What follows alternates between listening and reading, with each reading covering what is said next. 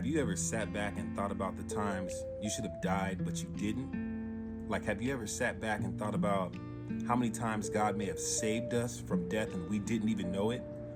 Hi, I'm Jordan Dunnigan, and I think you need to hear this. Have you ever had a near-death experience? You should share it in the comments section of this video. Or have you ever been in a situation where you were 99% sure God saved your life? God intervened? I would love to read about your experience in the comments, so leave a comment. My near-death experience is the picture you see right there. I was hit from behind one day. This is a couple years back.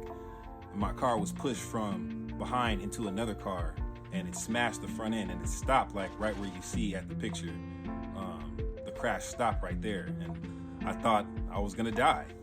See, in these moments, we recognize there's possibly a power that's higher than us, watching over us and protecting us. We also realize that these near-death experiences, in the next breath, in the next blink of an eye, we could find out if there is a heaven or hell, or if there's consciousness after death. If you could turn with me to Luke 16:19 through 31. This is discussing if there's consciousness in the afterlife. Luke 16:19. There was a rich man who was dressed in purple and fine linen and lived in luxury every day.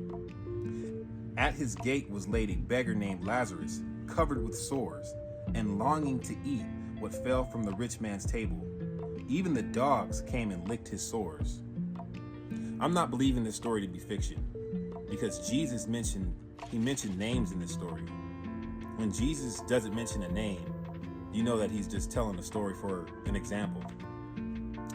It's also interesting to note, Jesus owns everything, but he still cares about the needy, the less fortunate. Some people who own a lot of stuff, they really don't care about people who are less fortunate than them or that are in need. But Jesus cares about the needy regardless of his position.